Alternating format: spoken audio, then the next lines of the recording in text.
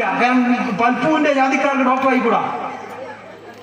മദ്രാസ് പോയി പഠിച്ച് തിരിച്ച് ഡോക്ടറായി വന്നിട്ട് ജോലി കൊടുക്കുന്നില്ല. 10 ഡോക്ടറില്ലാത്ത നാട്ടിൽ മിടുക്കനായ ഡോക്ടർ പഠിച്ചു വന്നിട്ട് ജോലി കൊടുക്കുന്നില്ല. കാരണം പൽപ്പുവിന്റെ വിഭാഗത്തിൽപ്പെട്ടവർക്ക് മാസ ശമ്പളം 5 റുപ്യ കൊടുക്കാൻ പറ്റൂ, 10 100 കൊടുക്കാൻ പറ്റില്ല. ഡോക്ടർ ശമ്പളം 100 അങ്ങനെയാണ് പൽപ്പു ഡോക്ടറായി ജോലി ചെയ്യാൻ മൈസൂർ രാജവംശത്തിന്റെ കീഴിലേക്ക് പോയിട്ട് ബാംഗ്ലൂരിൽ ഡോക്ടറായി ജോലി ചെയ്യുന്നത്.